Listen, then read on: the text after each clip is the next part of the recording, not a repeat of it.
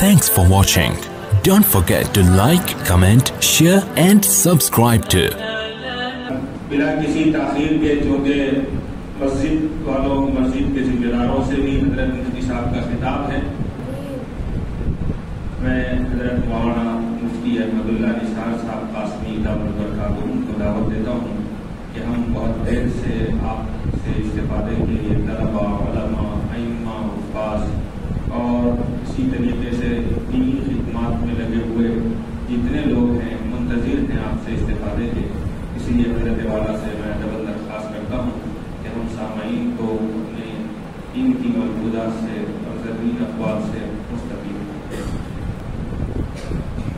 الحمدللہ الذی کفا والسلام علی عبادہ الذین اصطفی اما بعد اعوذ باللہ من الشیطان الرجیم بسم اللہ الرحمن الرحیم قل هل يستوي الذین يعلمون والذین لا يعلمون صدق اللہ العظیم. وقال النبی صلی اللہ علیہ وسلم انما بعثت معلما او كما قال النبی صلی اللہ علیہ وسلم اللهم صل على سيدنا محمد وعلى آل سيدنا محمد وبارك وسلم. اللهم صل على سيدنا محمد وعلى آل سيدنا محمد وبارك وسلم. اللهم صل على سيدنا محمد وعلى آل سيدنا محمد وبارك وسلم. معزز محترم علماء کرام، حفاظ اعظام، اللہ رب العزت کا ہم سب پر بڑا احسان ہوا. اللہ نے اپنے کلام پاک کی خدمت کے لیے ہمارا انتخاب فرمایا. حضرت مولانا صلاح الدین سیفی صاحب دامت برکاتہ نے فرمایا ہے جس رات ہم لوگوں کی پیدائش ہوئی اس رات ہماری بستی میں اور بھی ہزاروں دسیوں بچے پیدا ہوئے ہوں گے، لیکن اللہ نے ان ہزاروں اور سووں بچوں میں ہمارا انتخاب کیا ہے اپنا ایمان نصیب کرنے کے لیے. جس رات ہماری پیدائش ہوئی، جس دن ہماری ولادت ہوئی، اس دن کئی اور بھی مسلمان بچے پیدا ہوئے ہوں گے. اللہ تعالیٰ نے ہمارا انتخاب کیا ہے اپنے قرآن کا حافظ بنانے کے لیے، اپنے دین کا عالم بنانے کے لیے. ہمیں اس کی قدر کرنی چاہیے. اور دوسری بات یہ ہے جس ادارے سے اللہ نے ہمیں علم سیکھنے کا موقع دیا اس کا قدردان ہونا چاہیے. جہاں سے آدمی کچھ نفع حاصل کرتا ہے اس کی بڑی قدر اور اس کا بڑا احترام کرنا انسان کی فطرت میں ہے. آپ لوگوں نے دیکھا ہوگا جو سلائی کا کام کرتے ہیں، مشین چلاتے ہیں، کپڑے سیتے ہیں، وہ مشین پر کسی کو بیٹھنے نہیں دیتے اور مشین کو پیر لگانے نہیں دیتے. جہاں سے تاگا وغیرہ بنا جاتا ہے وہاں پر بیٹھنے نہیں دیتے اور وہاں کسی کو پیر لگانے نہیں دیتے. اور یہ بولتے ہیں وہ مسلمان ہیں، غیر مسلم نہیں ہیں. وہ یہ بولتے ہیں کہ اس کے ذریعے سے ہمارا گھر چلتا ہے، اس سے ہماری روزی چلتی ہے. تم یہاں بیٹھو گے، یہاں پیر لگاؤ گے تو ہماری روزی روٹی کو جس ذریعے سے حاصل ہوتی ہے اس کو تم ناقدری اور تحقیر کر رہے ہیں. جس سے ہمارا معاش جڑا ہوا ہے، آدمی اسے پیر لگانا گوارا نہیں کرتا. جس سے ہمارا معاش اور معاد دونوں جڑا ہوا ہے، وہاں کی تحقیر کرنا کیسے گوارا کر دے گا. غیر مسلموں میں آپ نے دیکھا ہوگا کہ آنے والے گاہک کو وہ مالک کے لفظ سے پکارتے ہیں، سوکار کے لفظ سے پکارتے ہیں، سردار کے لفظ سے پکارتے ہیں. آئیے مالک، آئیے سوکار، بیٹھیے سردار، اس الفاظ سے بلاتے ہیں. ان کا عقیدہ یہ ہے کہ ان کی دیوی جس کا نام لکشمی ہے، لکشمی دیوی کو وہ دولت کی دیوی مانتے ہیں. اور دولت کی دیوی کے بارے میں عقیدہ ہے کہ اگر اس کا احترام باقی رہے گا تو پھر بزنس اچھا چلے گا. اس واسطے عام طور سے دکانوں پر لکشمی دیوی کی تصویر رکھی جاتی ہے اور اسکولوں میں جو مورتی رکھی جاتی ہے وہ سرسوتی دیوی کی مورتی رکھی جاتی ہے، کیونکہ اس دیوی کے متعلق ان کا عقیدہ یہ ہے کہ وہ پڑھائی کی دیوی ہے. اگر اس کی پوجا کی جائے گی تو پھر اس سے علم آئے گا اور پڑھائی صحیح ہوگی.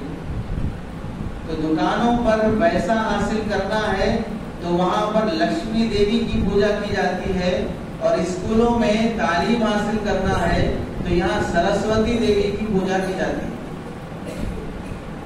معلوم یہ ہوا کہ جس کے ذریعے سے گھر کاروبار دکان چلتے ہوں وہاں قدر کرنا، اس کا ادب و احترام کرنا انسان کی فطرت میں.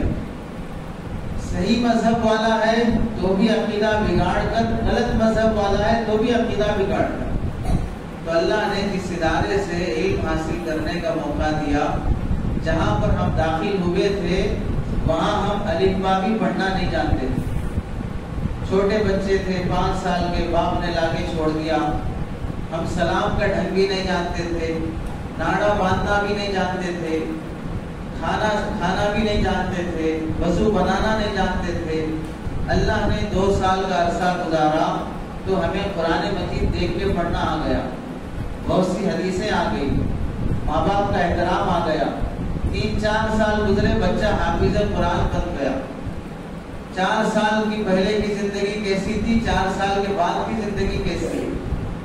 آپ کی عمر کے بھی وہ بچے جو آپ کے ساتھ بڑے ہو رہے ہیں وہ 4 سال کی عمر کے ہو چکے ہیں، لیکن انہیں نہ ابھی بھی سورہ فاتحہ آتا ہے، نہ ابھی بھی انہیں کوئی حدیث یاد ہے. اللہ نے آپ کو اس ادارے کی برکت سے جو علم عطا کیا ہے وہ بہت قابل احترام ہے. حضرت امام شافعی رحمت اللہ علیہ ایک بار سبق پڑھا رہے ہیں. دوران سبق ایک شاگرد کو ایک مسئلے سے اختلاف ہو گیا. تو شاگرد نے اپنے مسئلے کا اختلاف ظاہر کیا، دلیل پیش کیا. امام شافعی رحمت اللہ علیہ نے دلیل کا جواب دیا، پھر اس نے دلیل پیش کی. دونوں طرف سے دلائل کا سلسلہ چلتا رہا. شاگرد اپنے نظریے اور مسئلے پر دلائل ختم کر چکا، اب علم ختم ہو گیا تو پھر جہالت شروع ہو جاتی ہے. تو شاگرد کہنے لگا آپ استاذ ہیں، آپ کا ایریا ہے، آپ کی کلاس ہے، اس واسطے آپ اپنے حساب سے دلیلیں پیش کر رہے ہیں، ورنہ میرا ہی مسئلہ صحیح ہے، میرا ہی نظریہ صحیح ہے اور میں جو کہہ رہا ہوں وہی بات صحیح ہے. یہ بول کر درسگاہ سے چلا گیا. امام شافعی رحمت اللہ علیہ رات ہونے کے بعد شاگرد کے دروازے پر پہنچے اور شاگرد کا دروازہ کھٹکھٹایا. پوچھنے پر باہر سے جواب ملا کہ محمد بن ادریس آیا ہے. شاگرد کو خیال بھی نہیں تھا کہ میرے استاد آئے ہوں گے. دروازہ کھول کر دیکھا تو امام شافعی رحمت اللہ علیہ کھڑے ہیں. شرمندہ ہو گیا، معافی مانگنے لگا اور کہنے لگا کہ حضرت معاف کر دیجئے، صبح کلاس میں مجھ سے بے ادبی ہو گئی، مجھے معافی مانگنے کے لیے آنا چاہیے تھا لیکن میں نہیں آ سکا. امام شافعی رحمت اللہ علیہ نے فرمایا جماعتنا مسائل و فرقتنا مسئلۃ واحدہ. کئی مسائل ایسے ہیں جس میں تیرا اور میرا نظریہ ایک ہے، ہزاروں مسئلوں میں دونوں کا فتویٰ ایک ہی ہے. ایک مسئلہ ایسا آ گیا جس میں تیرا حکم الگ ہے اور میرا حکم الگ ہے، تیرا نظریہ الگ ہے، میرا نظریہ الگ ہے.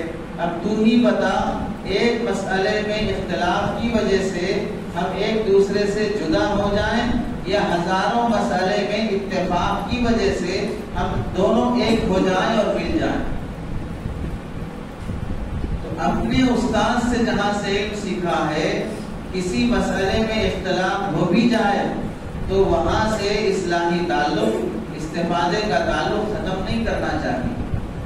بیٹا اگرچہ کہ باپ کے مقابلے میں پہلوان بھی ہو جائے، باپ کمزور ہے، چھوٹی قد کا ہے، بولا نہیں جا رہا ہے، دماغی توازن صحیح نہیں ہے، باپ کی زبان لڑکھڑا رہی ہے اور بیٹا پہلوان ہو چکا ہے، تو بھی بیٹا کبھی باپ کا باپ نہیں بن جاتا ہے، بیٹا کبھی باپ کا باپ نہیں بن جاتا ہے، بیٹا باپ کا بیٹا ہی رہتا ہے۔ اور ایک زمانہ ویسا ہی تھا جیسے آج باپ کی حالت ہے، تمہاری زبان بھی لڑکھڑا رہی تھی، تم بھی چلنے کے قابل نہیں تھے، تمہیں ابو امی بھی بولنا نہیں آ رہا تھا، تمہیں اپنی غلاظت بھی دھونا نہیں آ رہا تھا، تو یہ تمہاری ساری تربیت، تمہاری ساری تعلیم تمہارے والد کا صدقہ ہے۔ باپ نے اگرچہ کہ جسمانی طور پر تمہاری خدمت نہ کی ہوگی، لیکن مالی طور پر تمہاری خدمت ویسی کی ہے کہ تم اس کا احسان کبھی چکا نہیں سکتے۔ اللہ کے نبی علیہ السلام نے حسی باپ کی طرح معنوی باپ کا مقام دیا ہے استاذ کو، کہ استاذ بھی اپنے شاگردوں کے حق میں معنوی باپ کی حیثیت رکھتا ہے۔ انما انا لکم مثل الوالدی، میں تمہارے لیے ایک باپ کی حیثیت رکھتا ہوں۔ باپ جس طرح جینا اور زندگی کا رہن سہن اور سلیقہ سکھاتا ہے، ایسے ہی استاذ بھی جینے کا سلیقہ سکھاتا ہے۔ تو ہمیں اپنے اس ادارے کی جہاں سے علم سیکھا ہے، آپ نے سنا ہوگا اپنے اساتذہ سے، آپ کے بہترین اساتذہ ہیں، بہترین تعلیم ہے، بہترین ادارہ ہے، بڑی مجاہدوں اور مشقتوں کے ساتھ آپ کی تعلیم و تربیت کی یہاں فکر کی جاتی ہے۔ آدمی چاہے جتنا بھی بلند معیار پہ پہنچ جائے، لیکن جیسے پتنگ ہوا میں اڑنے کے بعد وہ بادلوں کو بھی چھو لیتی ہے، لیکن اسے یہ نہیں بھولنا چاہیے کہ اس کی ڈور کسی گلی کے چھوٹے بچے کے ہاتھ میں ہوتی ہے۔ اگر وہ چھوٹا بچہ اپنی ڈور کاٹ دے گا تو ہواؤں میں اڑنے والی وہ پتنگ چند منٹوں کے بعد جھاڑیوں میں اور کاٹیوں میں جا کر گر جائے، گندی نالی میں جا کر گر جائے۔ تو ہمیں جہاں سے فیض مل رہا ہو، جہاں قرآن یاد کر کے ہم سماج میں حافظ صاحب کہلاتے ہیں، عالم صاحب کہلاتے ہیں، امام صاحب کہلاتے ہیں، اسی قرآن کی برکت سے ہم مصلی پہ کھڑے ہیں، تو ان سکھانے والے اساتذہ کی ناقدری نہیں ہونی چاہیے۔ اس ادارے کا ادب و احترام ہمیں سب سے زیادہ ہونا چاہیے۔ افلاطون دنیا کے بڑے عقل مندوں اور فلاسفی اور فلسفیوں میں سے گزرا ہے۔ اس سے کسی نے پوچھا کہ تم اپنے استاد کا اپنے باپ سے زیادہ کیوں احترام کرتے ہو؟ تو اس نے یہ کہا، میرا باپ مجھے آسمانوں سے دنیا میں لانے کا ذریعہ بنا ہے، اور میرے استاد مجھے زمین سے آسمانوں تک لے جانے کا ذریعہ بنے۔ میرے والد آسمانوں سے، عالم ارواح سے مجھے زمین پر لانے کا ذریعہ بنے ہیں، اور میرے استاد مجھے زمین سے آسمان کی بلندیوں تک پہنچنے کا ذریعہ بنے۔ جو میری بلندیوں کا ذریعہ بنا ہو، میں اس کی کبھی بے ادبی اور بے احترامی نہیں کر سکتا۔ وہ بھی میرے والد ہیں اور یہ بھی میرے والد ہیں۔ استاذ کے خلاف زبان درازی نہیں ہونی چاہیے۔ کسی نظریے میں، کسی مسئلے میں ممکن ہو اختلاف ہو جاتا ہو، لیکن کبھی بھی بے ادبی اور بے احترامی درست نہیں ہے۔ حضرت صدیق اکبر رضی اللہ تعالیٰ، حضرت عمر رضی اللہ تعالیٰ عنہ کے مسائل میں اختلاف ہوتا ہے، لیکن اللہ کے نبی کی مجلس سے نکلنے کے بعد ایسا معلوم ہوتا ہے مجلس میں جو اختلاف ہوا تھا وہ ایک دو گروہ اور پارٹیوں کی شکل کا اختلاف تھا، باہر نکلنے کے بعد ایسا معلوم ہوتا ہے کہ دو جگری دوست نکل رہے ہیں۔ چہروں کی مسکراہٹ سے متاثر نہیں ہونا چاہیے۔ دلوں کا میل، دلوں کی نفرت، یہ اللہ کے علم اور فیصلے میں ہے۔ دل بگڑ جائیں گے، چاہے ہم اعضاء اور کپڑے جتنا بھی سنوار لیں، لیکن دلوں کی بدبو اور دلوں کی ظلمت وہ ہماری ملاقات کو، ہماری مسکراتے چہروں کو اور ہماری بیٹھکوں کو خوشگوار نہیں بنا سکتی ہے۔ دل سے ایک دوسرے کا خیرخواہ ہونا۔ امام شافعی رحمۃ اللہ علیہ اس کے بعد فرمانے لگے، علمی سفر کا پل جو تو نے باندھا ہے اس سے ایسے گزرو کہ جب واپس آنے کی باری آئے تو وہ پل تمہیں گزرنے کے قابل ملے، وہ پل ٹوٹا ہوا نہ رہے۔ ایک جگہ سے دوسری جگہ جانے کے لیے پل باندھا جاتا ہے۔ پہلے قاعدے میں تھے، یہ قاعدہ پل ہے ناظرہ تک پہنچنے کے لیے، ناظرہ پل ہے حفظ قرآن تک پہنچنے کے لیے، حافظ بننا پل ہے عالم بننے تک پہنچنے کے لیے، یہ مدرسہ پل ہے سماج میں خدمت کے قابل بننے کے لیے، استاذ پل ہے ہماری خدمت کے لیے اور عالم حافظ بننے کے لیے۔ تو جس پل سے ہم گزر رہے ہیں اس سے ایسے گزرو کہ واپس آنے کی باری آئے تو یہ پل صحیح سلامت ملے۔ اسے توڑ کر نہ گزرو، اسے تکلیف دے کر نہ گزرو۔ اس کی مثال، مارکیٹ میں دکان پر کوئی کپڑا یا کوئی سودا خریدنے کے لیے گئے، ایک دکاندار سے پوچھا، وہاں پر سامان ہے لیکن ریٹ میں اختلاف ہو گیا، بدتمیزی سے بات ہو گئی، بے ادبی سے بات ہو گئی، سامان لینے سے انکار کر کے آگے بڑھ گئے، پورے مارکیٹ میں کہیں وہ سامان نہیں ملا، پھر اسی دکان پر واپس آئیں گے، سامان تو مل جائے گا لیکن شرمندگی کے ساتھ ملے گا، سامان تو مل جائے گا لیکن شرمندگی کے ساتھ ملے گا۔ ایسے اللہ تعالیٰ نے ہر انسان کے اندر خوبیاں رکھی ہیں، اگر وہ خوبی حاصل کرنے میں ہم ادب سے کام نہیں لیے، بے ادبی اور بے بدتمیزی سے کام لیں گے، ہم یا تو اس خوبی سے محروم رہ جائیں گے یا شرمندگی سے وہ خوبی حاصل ہوگی۔ اور جو چیز ادب احترام سے حاصل کی جا سکتی ہو اسے بے ادبی اور شرمندگی سے حاصل نہیں کرنا چاہیے۔ تو پہلی بات تو یہ تھی کہ ہم اپنے اساتذہ کا، اپنے ادارے کا اور اپنے بڑوں کا جہاں سے ہمیں فیض ملا ہے ان سے اگر ہم بڑے بھی ہو جائیں لیکن احترام میں، ادب میں فرق نہیں آنا چاہیے۔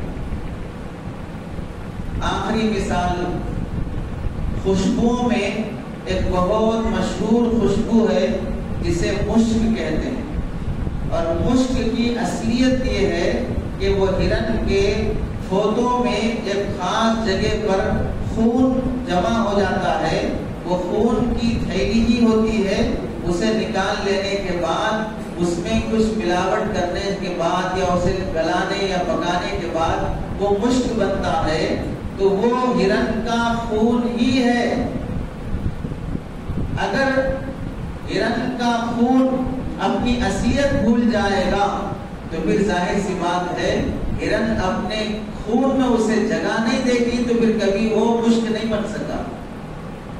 اسی لیے کتابوں میں لکھا ہے وَإِن تَفُقِ الْأَنَامَ وَأَنْتَ مِنْهُمْ فَإِنَّ الْمِسْكَ بَعْضُ دَبِ الْغَزَالِ، اگر تو اپنے ساتھیوں میں برتر ہو بھی گیا پھر بھی تو انہی میں سے ہے، فَإِنَّ الْمِسْكَ بَعْضُ دَبِ الْغَزَالِ، اس لیے کہ مشک بھی ہرن کا خون کا ہی حصہ ہوتا ہے، وہ الگ کوئی چیز نہیں ہوتی ہے، خون کا ہی حصہ ہوتا ہے۔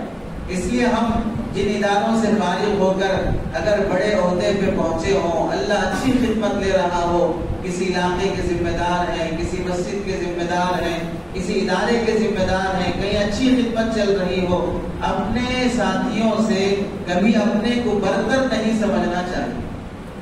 آپ اگر حکایت اللطیف پڑھے ہوں، چہل سبق پڑھے ہوں تو آپ کو معلوم ہوگا اس میں ایک حکایت ہے، دو دوست تھے، ایک دوست حکومت اور سرکاری لحاظ سے بڑے پوسٹ پہ پہنچ گیا اور دونوں بچپن کے دوست تھے۔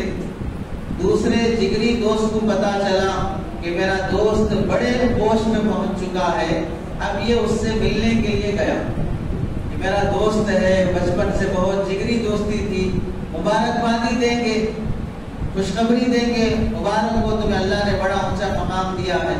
جب ملنے کے لیے گیا تو عہدے کے غرور میں، اپنے منصب کے غرور میں، اپنے جگری دوست کو پہچاننے سے، اس کا حق ادا کرنے سے، اخلاق سے پیش آنے سے انکار کر دیا اور یہ پوچھنے لگا کون ہے آپ؟ میں تو نہیں جانتا ہوں، آپ کہاں سے آئے؟ آپ کس سے پوچھ رہا ہے؟ جگری دوست سے پوچھ رہا ہے، جس کے ساتھ کھیلا ہے، کودا ہے، کھایا ہے، لڑائی ہوئی ہے، ہنسی مذاق ہوئے ہیں، اس دوست سے پوچھ رہا ہے آپ کون ہے، کہاں سے آئے ہیں؟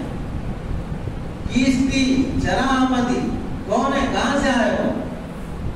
تو وہ تو مبارکبادی پیش کرنے کے لیے آیا تھا، تو وہ کہنے لگا شنیدم کے کور شدائی برائے تعزیت تو آمدہ، میں نے سنا ہے کہ تو اندھا ہو گیا ہے، تجھے میں تسلی دینے کے لیے آیا ہوں۔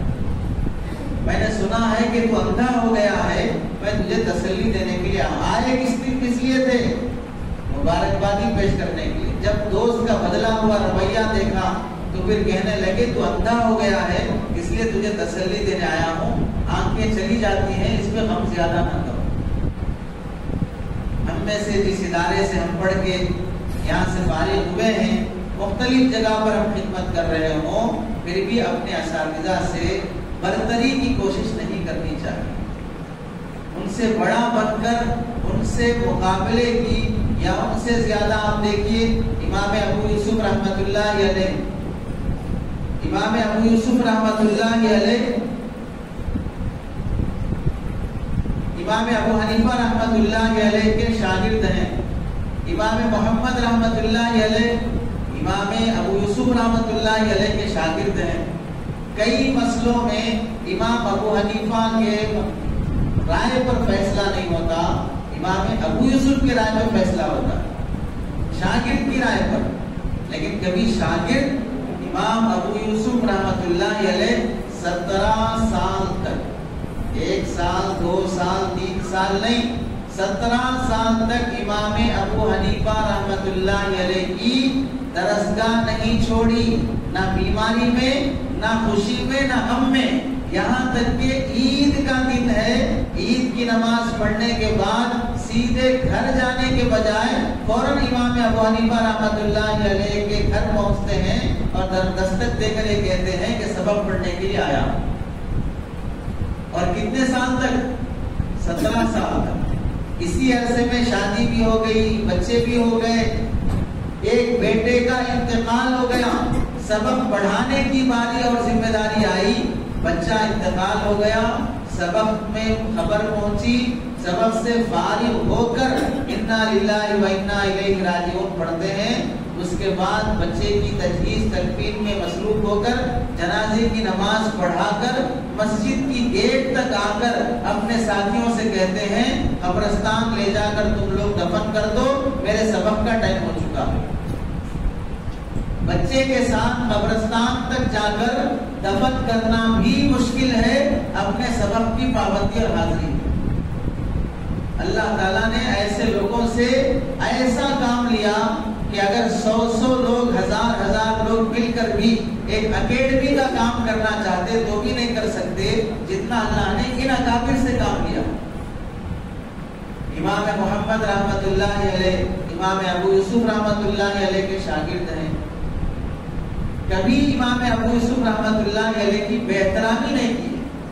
امام ابو یوسف سے کہاں کن کن مسئلوں میں چوک ہوئی ہے، وہ سارے مسئلے امام محمد نے مرتب کیے ہیں، لیکن کبھی بھی کوئی ایسا لفظ جو استاد کی شان میں بے ادبی والا ہو، کہیں اس کی طرف اشارہ بھی نہیں ملتا۔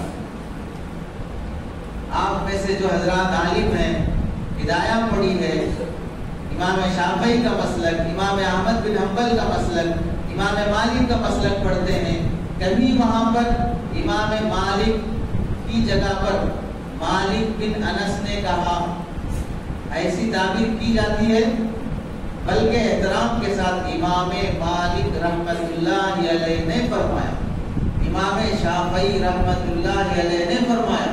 مسئلے کا اختلاف بھی بتایا جا رہا ہے اور شخصیت کا احترام بھی بتایا جا رہا ہے۔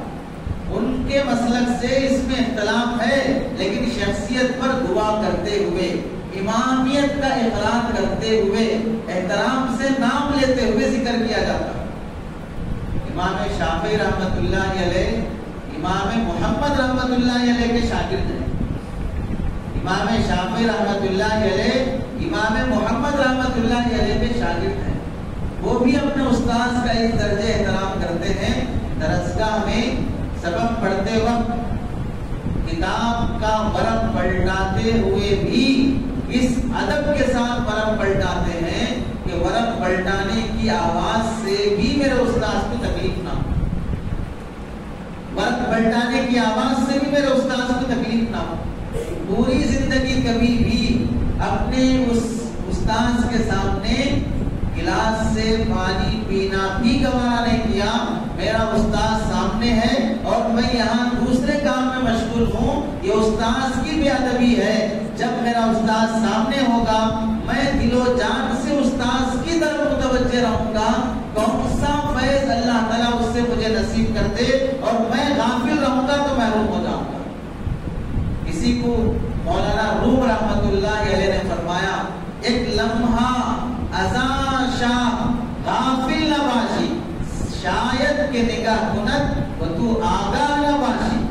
ایک لمحہ بھی اللہ سے غافل نہ ہونا. ممکن ہے کہ اللہ تعالیٰ اپنے محبوب بندوں کے ذریعے سے تجھ پر توجہ ڈالنا چاہتا ہو اور تو اس توجہ کے قابل نہ رہے.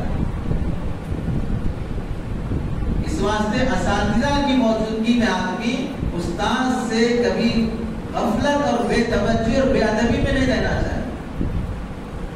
ان کا ادب و احترام بھی ہے اللہ تعالیٰ کے فیض اور اللہ تعالیٰ کے انعام سے ہمیں نوازا جاتا ہے. دیکھیے آپ اگر A T M card use کرتے ہیں اے ٹی ایم میں جا کر آپ جو مشین لگی رہتی ہے اپنا کارڈ ڈال کر نمبر دبا کر پیسے نکال لیتے ہیں. اگر کوئی آدمی سڑک پر پڑا ہوا کارڈ اٹھا کر اے ٹی ایم میں داخل کرے اور پیسے نکالنا چاہے تو کیا اسے پیسے آ جائیں گے؟ اسے پیسے مل جائیں گے؟ حالانکہ کارڈ وہ بھی ڈال رہا ہے, کارڈ میں بھی ڈال رہا ہوں, لیکن اسے پیسے نہیں مل رہے, مجھے پیسے مل رہے ہیں. وجہ کیا ہے؟ کارڈ اور مشین کا ہی تعلق نہیں ہے. مشین کے پیچھے کسی نے اکاؤنٹ میں پیسے ڈالا ہے تب جا کے مجھے یہاں اس مشین سے ملتے ہوئے دکھائی دے رہے ہیں, ورنہ تو پیچھے کسی کا فیض ہے جو اکاؤنٹ میں پڑا ہے اور وہ ظاہری حصے میں میرے کارڈ کے ذریعے سے مل رہا ہے. اگر پیچھے کسی نے اکاؤنٹ میں پیسے ڈالا نہیں ہوگا تو میرا کارڈ نہیں, مودی کا کارڈ بھی لے جا کے ڈالو, ایک پیسہ بھی نہیں ملے گا. وجہ کیا ہے؟ ظاہری طور پر بھی نفع حاصل کرنے کے لیے پیچھے کسی شخصیت کا ہونا ضروری پڑتا ہے. ایسے ہی ہمیں علم کا فیض ملنے کے لیے بھی پیچھے استاد کی توجہ کا دخل ہوتا ہے. شیخ رازی رحمت اللہ علیہ تفسیر رازی تفسیر کبیر کے مصنف اور وہ تفسیر کبیر کے متعلق علامہ انور شاہ کشمیری رحمت اللہ علیہ فرمایا کرتے تھے کہ اگر لولا الارجان لما فہمت فصاحت القرآن, اگر دو لنگڑے نہ ہوتے تو پھر کبھی قرآن مجید کی فصاحت معلوم ہی نہ ہو. اس پائے کے درجے کے مفسرین میں جو فلسفیانہ تفسیر کرنے کے اللہ نے جنہیں صلاحیت دی تھی, ان کا اپنے زمانے کے ایک بڑے بزرگ سے اصلاحی تعلق ہوا یا ان سے کسی بندے کا اصلاحی تعلق ہوا اور صرف بیعت ہوئی, اس کے بعد کوئی اور مزید سلسلہ نہیں رہا. موت کے وقت شیطان مختلف حربوں سے اللہ کی توحید کے انکار پر دلائل پیش کر رہا ہے اور یہ دلائل کو باطل کرتے جا رہے ہیں. آخر میں دلیل دیتے دیتے 100 دلیلیں دے کر عاجز آ گئے, لیکن شیطان ہر دلیل کو باطل کرتا گیا.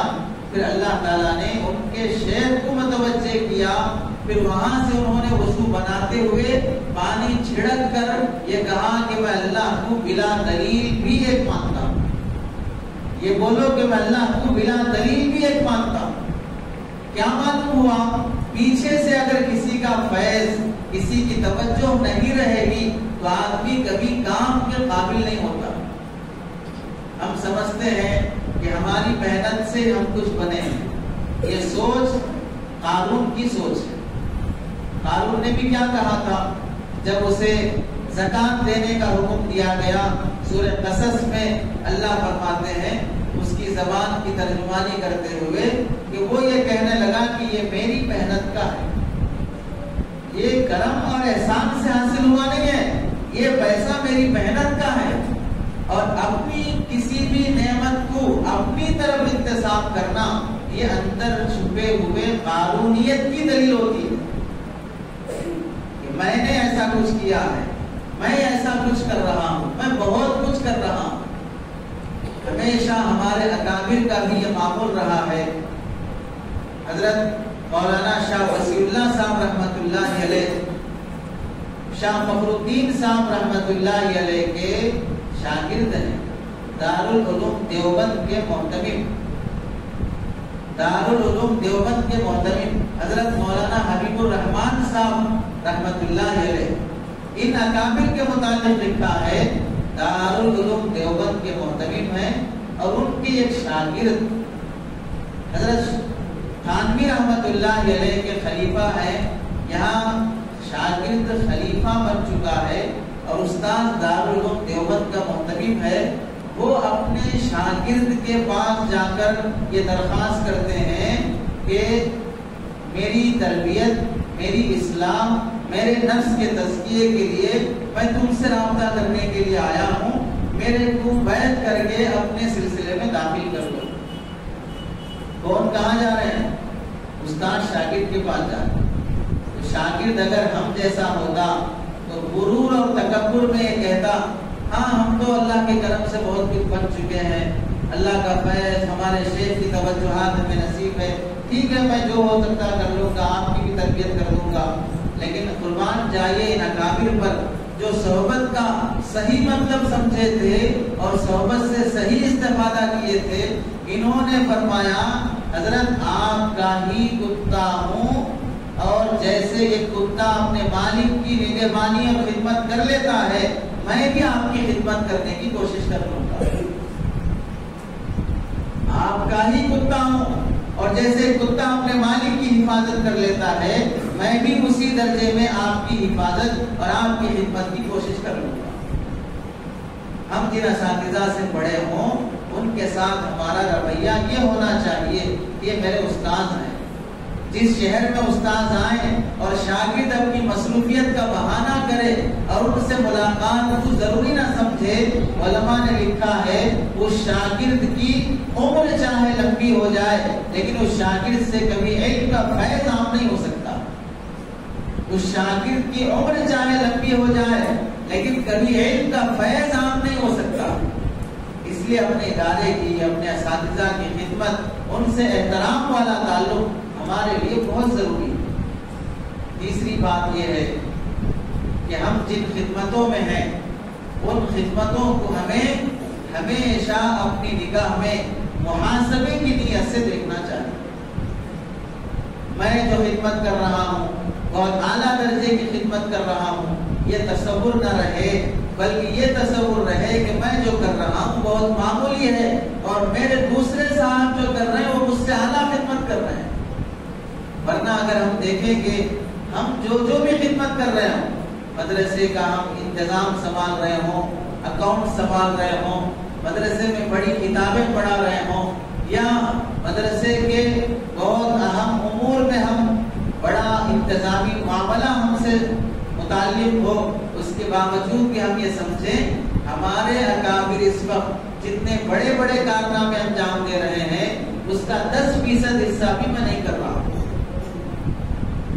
ہم تو بڑے ٹھنڈے ماحول میں پنکھوں کے نیچے بڑے آرام کے ساتھ وقت پر کھانے وقت پر پینے کے ساتھ ہم خدمت جو کچھ بھی کرنا ہو یا جو کچھ بھی پڑھنا ہو کر رہے ہیں. آپ میں سے جو 30-40 سال کی عمر کے لوگ ہیں یا 35-40 سال کی عمر کے بھی لوگ ہیں، آپ نے اپنے بچپن میں بھی دیکھا ہوگا بچپن میں ڈھنگ کی اسکول بھی نہیں تھی، جھاڑ کے نیچے اسکول چلتی تھی، وہاں پڑھ کے آتے تھے.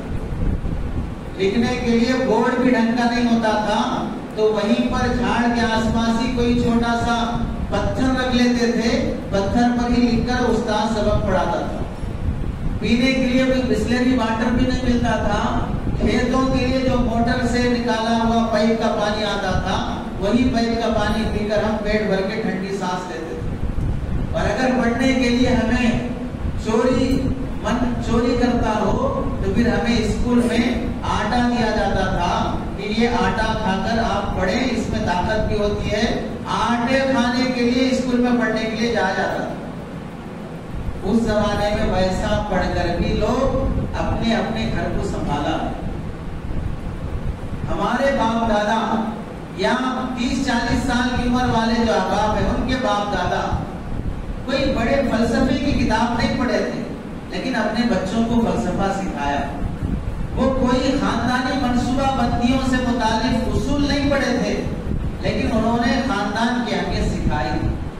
وہ بڑے اکنامک اسکالرز نہیں تھے کہ کیسے پیسہ کمانا، کیسے پیسہ بچانا، وہ کوئی کورس کیے ہوں، ایسا پڑھے لکھے ہوئے نہیں تھے، لیکن کمانے اور جمانے کی بڑی سنجیدہ صلاحیت وہ رکھتے تھے۔ اور آج ہم بہت پڑھے لکھے ہونے کے باوجود بھی ہمارے اندر اپنے ان ماں باپ کی قدر اور صلاحیت کا بھی اندازہ اور احساس تک بھی نہیں۔ جو انسان کثرت سے گناہوں میں مبتلا ہو جاتا ہے اسے اپنی معصیت اور اپنی مصروفیت کے گھٹیا ہونے کا احساس بھی نہیں ہوتا۔ جو انسان گناہوں میں مبتلا ہو جاتا ہے اسے اپنی معصیت اور مصروفیت کے گھٹیا ہونے کا احساس بھی ختم ہو جاتا ہے۔ تو ہم جس شعبے میں بھی ہوں اس شعبے کی قدر ضرور کرنا چاہیے، لیکن دوسروں کے مقابلے میں اسے بڑا نہیں سمجھنا چاہیے۔ ہمارے اکابر ایسے بھی حالات میں کام کیے ہیں۔ امام ابن تیمیہ رحمۃ اللہ علیہ کو جیل میں ڈال دیا گیا، قید خانے کے اندر سے وہ اپنے شاگردوں کو کتاب لکھا رہے ہیں، فتویٰ دے رہے ہیں، مسئلہ بتا رہے ہیں۔ وہ فتوے اور مسئلے جب جمع کیے گئے تو امام ابن تیمیہ رحمۃ اللہ علیہ کی وہ خدمت اور محنت کتابی شکل میں جب دی گئی تو اس کے 36 جلدیں فتاوی ابن تیمیہ کے نام سے آتی۔ کنویں کے اندر ڈال دیا گیا۔ ظاہر سی بات ہے کنویں میں اگر کسی انسان کو ڈال دیں گے کھانا بھی وہیں ملے گا، نیچے غلاظت بھی وہیں ہوگی، بدبو بھی وہیں رہے گی، تو انسان کتنے دن کیسے جی سکتا ہے وہاں پر؟ کنووں کے اندر ڈال کر اوپر سے لوہے کی سلاخیں ڈھانک دی جاتی تھی، اوپر سے دھوپ بھی پڑے گی، بارش بھی پڑے گی اور کچرا بھی گرے گا، لیکن اندر رہے گا، اس اندر کھانا دیا جائے گا۔ ویسی حالت میں بھی انہوں نے منڈیر پر آ کر بیٹھنے والے بچوں کو فقہ لکھائی، اور امام سرخسی رحمۃ اللہ علیہ کی وہ کتاب مبسوط سرخسی کے نام سے 15 جلدوں میں وہ کتاب بن جاتی ہے جو کنویں میں بیٹھ کر استاد لکھاتا۔ اب ہم بتائیں ہم جو خدمت کر رہے ہیں وہ بہت اعلیٰ خدمت ہے یا انہوں نے جو کی تھی وہ اعلیٰ خدمت ہے؟ آپ میں سے بعض لوگ ایسے بھی ہیں جو عالم کورس بھی کیے ہیں، علم الصیغہ انہوں نے پڑھا ہوگا، اس کے شروع میں انہوں نے لکھا ہے کہ میں یہ کتاب انڈمان کی جیل میں جبکہ میرے پاس کوئی کتاب نہیں تھی لکھنے اور پڑھنے کے لیے، اس حالت میں یہ کتاب لکھ رہا ہوں۔ ان کا اخلاص تھا کہ جیل میں رہ کر وہ کتاب لکھ رہے ہیں اور اللہ تعالیٰ اسے ایسی قبولیت دے رہے ہیں کہ درس نظامی میں ہر عالم اسے پڑھنے کو فخر محسوس کرتا ہو۔ شیخ الہند رحمۃ اللہ علیہ دیوبند میں 10 پاروں کا قرآن مجید کا ترجمہ لکھا، اور جب انہیں مالٹا کی جیل میں ڈال دیا گیا تو جیل میں رہ کر 20 پاروں کا ترجمہ لکھتے ہیں اور سورہ نساء تک کی تفسیر جیل میں لکھتے ہیں۔ اور ہم مدرسے میں پڑھتے وقت جتنا صبح میں سورہ یاسین کا، مغرب میں سورہ واقعہ کا اور سورہ ملک کا اہتمام ہمیں کرایا جاتا ہے، پڑھ کے فارغ ہونے کے بعد وہ جیل میں رہ کر بڑی بڑی قرآن کی خدمت کر لیتے ہوں، ہم دکان میں، مسجد میں امامت اور تدریس کی خدمت کرتے ہوئے بھی سورہ فاتحہ کا، سورہ یاسین کا، سورہ واقعہ کا صرف تلاوت کا اہتمام نہ ہوتا ہو تو کتنا بڑا افسوس۔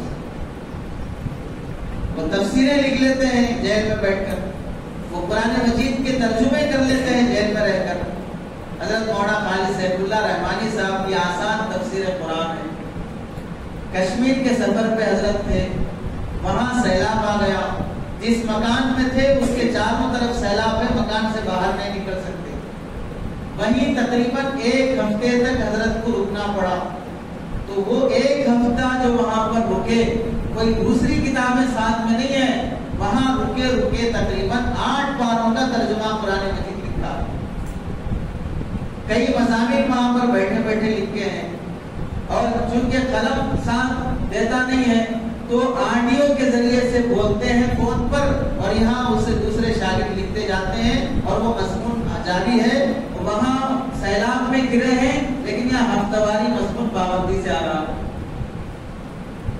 حضرت مولانا عبد القوی صاحب دامت برکاتہ ان کو حادثہ ہوا، جیل میں جانا پڑا، وہاں بیٹھ کر حضرت نے جیل میں چھوٹا سا رسالہ مرتب کیا۔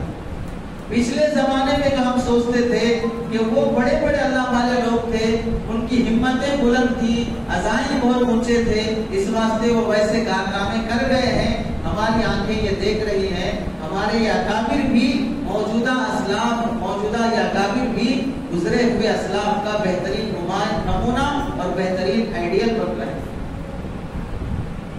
اس لیے ہم کبھی بھی اپنی خدمت کو اپنے بڑوں کی خدمت سے بہت اعلیٰ اور معیاری نہیں سمجھنا چاہیے۔ شیخ سعدی رحمت اللہ علیہ نے اپنی کتاب گلستان میں لکھا کہ ایک شاگرد پہلوان تھا، اس نے اپنے پہلوان استاد سے کشتی لڑنے کے بہت سارے گر سیکھے تھے، بہت سارے گر سیکھے کہ جب اکھاڑے میں اور رنگ میں کشتی لڑنے کے لیے آئیں گے تو سامنے والے کو کیسے گرانا چاہیے۔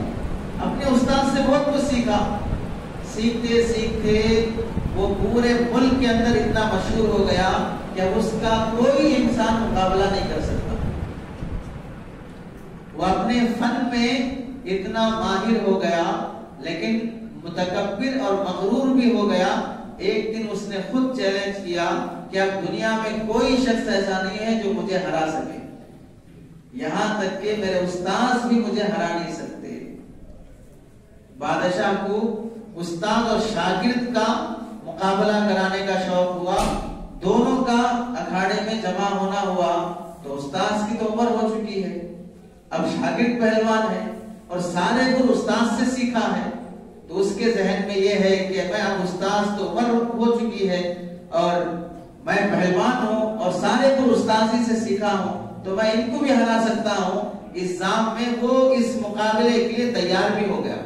ہونا تو یہ چاہیے کہ استاد آپ سے میرا کبھی مقابلہ نہیں ہو سکتا، میں آپ سے سیکھا ہوں، میں آپ سے کیسے لڑ سکتا ہوں، یہ میری پہلوانی کا نہیں آپ کی عزت کا سوال ہے۔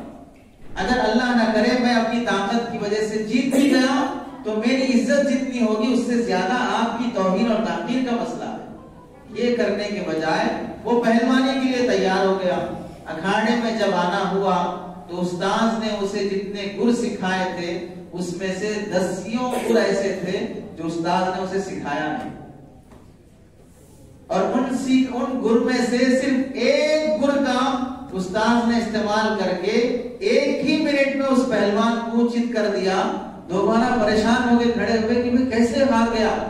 بادشاہ کو بھی حیرانی ہوئی، نہیں یہ کچھ جادو دکھ رہا ہے، دوبارہ پھر لڑو۔ دوسری بار بھی چت کر دیا۔ 3 بار ہارنے کے بعد استاد کے سامنے شرمندہ ہو کر معافی مانگنے لگا، تو استاد نے کہا کوئی استاد اتنا بیوقوف نہیں ہوتا ہے جو اپنے شاگرد کو اتنا موٹا کر دے کہ اس کے سامنے یہ کمزور پڑ جائے۔ کوئی استاد اتنا بیوقوف نہیں ہوتا ہے کہ اسے اتنا پہلوان بنا دے کہ وہ اپنے ہی شاگرد کے سامنے کمزور پڑ جائے۔ تو کوئی نہ کوئی خوبی ہمارے بڑوں میں ایسی ہوتی ہے، بلکہ ہزاروں خوبیاں ایسی ہوتی ہیں جن کے مقابلہ ہم نہیں کر سکتے۔ اس واسطے اپنی موجودہ خدمت کو اپنے بڑوں کی خدمت سے بھی بڑا نہیں سمجھنا چاہیے۔ امام بخاری رحمت اللہ علیہ بخاری شریف لکھے ہیں، کیسی خدمت ہے، ایک حدیث لکھنے کے لیے غسل کرتے، 2 رکعت نماز پڑھتے، پھر ایک حدیث لکھتے، پھر غسل کرتے، 2 رکعت نماز پڑھتے، پھر ایک حدیث لکھتے، پھر غسل کرتے، 2 رکعت نماز پڑھتے، پھر ایک حدیث لکھتے۔ اس طرح تکرار کے ساتھ بخاری شریف میں 7,000 سے زیادہ حدیثیں ہیں، 7,000 سے زیادہ حدیثیں ہیں. تو کتنے سال لگے ہوں گے لکھنے کے لیے، کیسے اخلاص سے انہوں نے لکھا ہے. آج اللہ نے اس کو وہ مقام دیا، اصح الکتب بعد کتاب اللہ تحت ادیب السماء الصحیح البخاری. آسمان کے نیچے اللہ کی کتاب کے بعد اگر کوئی کتاب صحیح درجے کی ہے تو بخاری شریف ہے. تو انسان کے اخلاص پر اللہ تعالیٰ اسے وہ عطا کرتے ہیں. تو جب یہ اللہ کے نیک بندے ایسے بڑے بڑے کارنامے کر کے گئے ہیں تو ہم چھوٹی سی کتاب پڑھا کر، چھوٹی سی کتاب کا مطالعہ کر کے یا چھوٹے سے ایریے کو اور چھوٹی سی خدمت کر کے ہم یہ سمجھیں کہ ہم بہت بڑا کارنامہ کر رہے ہیں. ممکن ہو موجودہ حالات کے لحاظ سے اور ایریے کے لحاظ سے ہماری یہ خدمت بڑی ہو، لیکن ہمیں اپنے بڑوں کی خدمت سے بھی اسے بڑا نہیں سمجھنا چاہیے. اور آخری بات یہ ہے کہ ہمارے علم کے ساتھ ساتھ ہمارے عمل میں اور تقوی میں جس طرح ترقی ہوگی اللہ تعالیٰ اتنا ہی علم کو باعث بنائے. تنخواہ 5 سال سے نہیں بڑھی ہے، 8 سال سے نہیں بڑھی ہے. اس واسطے معتمد سے، متولی سے، کمیٹی سے ہمارا الجھاؤ چل رہا ہو، بیزارگی چل رہی ہو. تنخواہ نہ بڑھنے کا ٹینشن ہے، تقوی نہ بڑھنے کا ٹینشن نہیں ہے. معیار زندگی معمولی ہونے کا ٹینشن ہے، معیار بندگی اعلیٰ نہ ہونے کا ٹینشن نہیں ہے. معیار زندگی کیا ہے؟ پہلے سائیکل چلاتے تھے، پہلے کے مول صاحب کون سے بائک میں آتے تھے؟ سائیکل پہ آتے تھے، سائیکل پہ جاتے تھے، فیملی کو بھی سائیکل میں ہی لے جاتے تھے. ہاسپٹل جانا ہو تو بھی سائیکل، امامت کرنے آنا ہو تو بھی سائیکل. سائیکل میں آ کر بڑے بڑے مدرسے چلا لیے، بڑے بڑے بچوں کو حافظ بنا لیے. اب اس سے تو بہتر ہے میں بائک پہ آ رہا ہوں. اب کسی ایک مول صاحب کو کار مل گئی تو اب میری یہ تمنا ہے کہ ان کو کار ملی، میرے کو کار نہیں ملی. سائیکل سے بائک پہ آئے اس کا شکر ہونا چاہیے، بائک سے کار نہیں ملی اس کی ناشکری نہیں ہونا چاہیے. شوگر بڑھ گیا تو ٹینشن نہیں ہے، ناشکری بڑھ گئی تو ٹینشن ہے. شوگر بڑھ گیا تو ٹینشن نہیں ہے، ناشکری بڑھ گئی تو ٹینشن ہے. حالات نہیں بنے تو ٹینشن نہیں ہے، عبادت نہیں ہوئی تو ٹینشن ہے. ہمارا معیار بندگی کیسا ہے وہ دیکھنا چاہیے. ہماری تہجد کا اہتمام کتنا ہے، صبح شام کی معمولات کتنی ہو رہی ہیں، ہمیں اپنے شیخ سے کتنا ہمارا تعلق ہے، میرے گھر میں شرعی پردے کا اہتمام کتنا ہے، چچیری ممیری خلیری بہنوں سے میں کتنا پردہ کرتا ہوں، قرآن حدیث جانتا ہوں اور پردے کے بارے میں بیان بھی کرتا ہوں. لیکن میں خود اپنی مامی سے پردہ نہیں کرتا ہوں، چاچی سے پردہ نہیں کرتا ہوں، چچیری ممیری بہنوں سے پردہ نہیں ہوتا ہے. شرعی پردہ اگر پردے کے احکام جاننے والوں کے گھروں میں نہیں ہوگا تو پھر عوام کے گھروں میں پردے کا اہتمام کیسے ہوگا؟ اپنے علم کو عمل پر لانے کی کوشش ہونی چاہیے. تنہائیوں میں جو اللہ سے اپنا معاملہ سیدھا کر لیتا ہے اللہ تعالیٰ جلوتوں میں اس کا معاملہ بندے سے سیدھا کر دیتے ہیں. جو رات کے اندھیروں میں اللہ سے اپنا تعلق مضبوط نہیں کرتا، دن کے اجالوں میں اس کا تعلق بندوں سے تعلق مضبوط نہیں ہو سکتا. ابن عباس رضی اللہ تعالیٰ عنہ کی روایت ہے، لوگوں نے پوچھا لوگوں کے نزدیک عزت اور ذلت کا معاملہ کیسے حاصل ہوتا ہے؟ لوگ کسی کو بہت پسند کرتے ہیں اور کسی کو پسند نہیں کرتے، اس کی وجہ کیا ہے؟ ابن عباس رضی اللہ تعالیٰ عنہ نے فرمایا بندہ جب تنہائیوں میں گناہ کرتا ہے تو اللہ تعالیٰ لوگوں کے دلوں میں نفرت پیدا کر دیتے ہیں، اور جب تنہائی میں عبادت کرتا ہے تو اللہ تعالیٰ لوگوں کے دلوں میں محبت پیدا کر دیتے ہیں.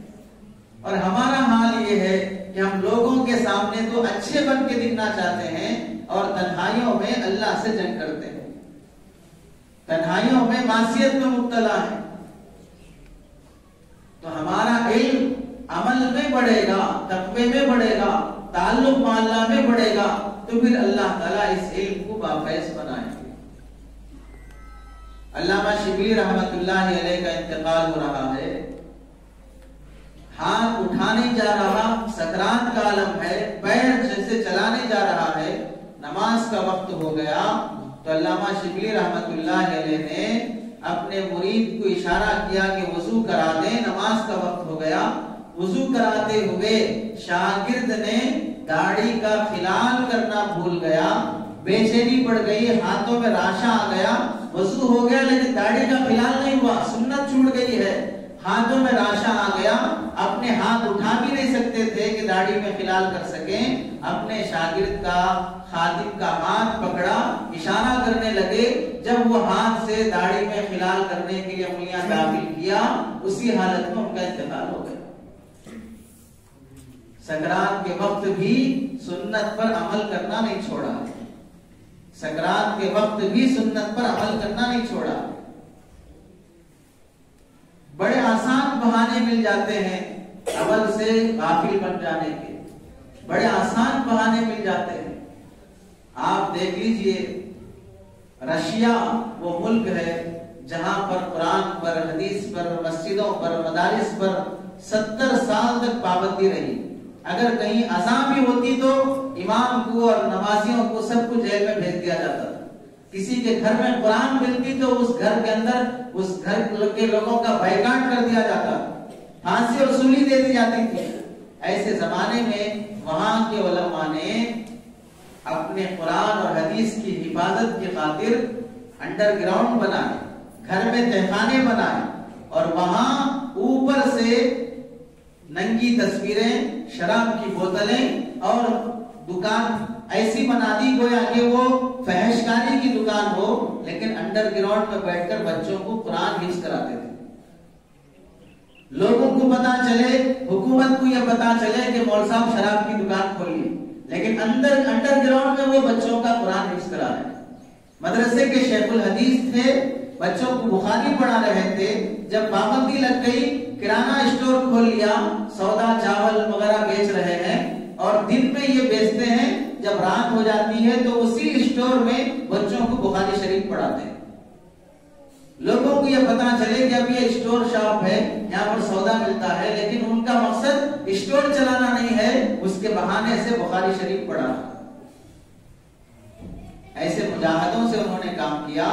قرآن ہاتھ میں نہیں ہے، 3-4 بچوں کو کھیت میں کام کرنے کے لیے لے کے چلے جاتے، حافظ صاحب ہیں، بچوں کو کھیت میں ہل چلاتے ہوئے سورتیں یاد کراتے رہتے، صبح سے شام تک بچہ 3 صفحے 2.5 صفحہ سبق یاد کر لیتا، استاذ کو سنا بھی دیتا، کھیت میں ہل بھی چلا لیتا، پورا قرآن مجید سورہ فاتحہ سے لے کر والناس تک قرآن دیکھا ہی نہیں ہے، لیکن 30 پارے کا حافظ بھی ہو گیا۔ کھیت میں استاذ کے ساتھ ہل چلاتے چلاتے، کیونکہ قرآن پہ پابندی ہے، کہیں قرآن نہیں ملتا، لیکن وہاں کے علماء نے، وہاں کے حفاظ نے ان ظاہری رکاوٹوں کی وجہ سے دین کی خدمتوں کا میدان نہیں چھوڑا۔ اور آج مصیبت یہی ہے کہ ہم سب سے زیادہ بہانہ قانون کو بناتے ہیں کہ یہ ملک میں یہ ظالموں کی حکومت ہے، یہ دشمنوں کی حکومت ہے، یہ رکاوٹیں ہیں، اس واسطے ہم یہ خدمت نہیں کر سکتے۔ مسئلہ باہر کے فرعون کا نہیں ہے، مسئلہ اندر کے فرعون کا ہے۔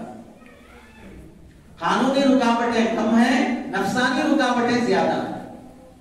نفسانی رکاوٹوں کی وجہ سے ہم دین پہ چلنا ہمارے لیے مشکل ہو رہا ہے۔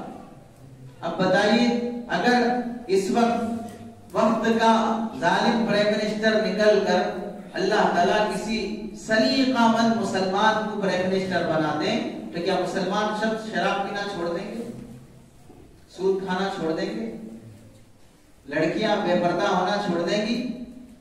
حکمرانوں کے بدلنے سے بھی مسلمان بدلنے والے نہیں ہیں، کیونکہ حکمرانوں کے بدلنے سے ان کے بدلنے کا تعلق نہیں ہے، ان کے بدلنے کا تعلق ان کی اپنی نفسانیت سے ہے، ان کے بدلنے کا تعلق ان کے اپنے اندرون سے ہے۔ اور جب تک یہ نہیں بنے گا، چاہے حکمران وقت کے حسن بصری بھی ہو جائیں، پھر بھی حالات بدلنے والے نہیں ہیں۔ اس لیے اپنے علم کو عمل میں بدلنا، تقوی میں بدلنا، اپنے مشائخ سے واقعی اصلاحی تعلق ہونا ہمارے لیے وقت کی بہت اہم ضرورت ہے۔ اللہ سے دعا ہے کہ اللہ تعالیٰ عمل کی توفیق نصیب فرمائے۔ آمین وآخر دعوانا الحمدللہ رب العالمین۔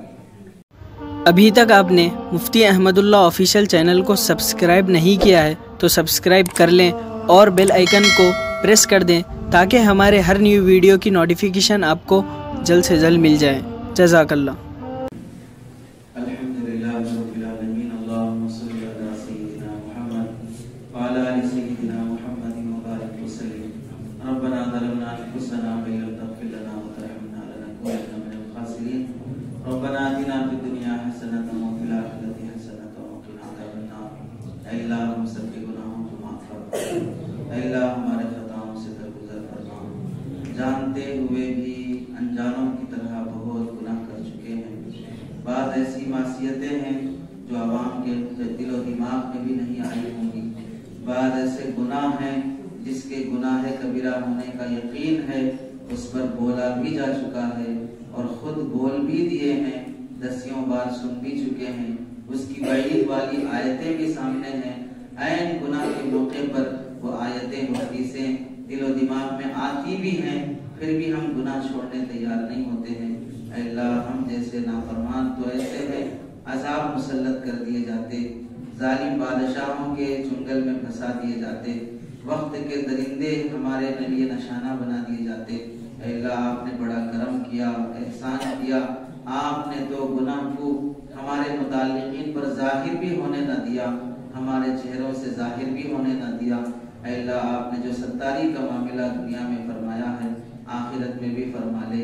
اے اللہ وہاں پر ہمیں شرمندہ نہ فرما، ذلیل اور رسوا نہ فرما۔ آخرت کی ذلت اور رسوائی ہی جہنم کے عذاب سے بڑھ کر عذاب ہے۔ آخرت کی ذلت اور رسوائی دوزخ کے عذاب کا پہلا عذاب ہے۔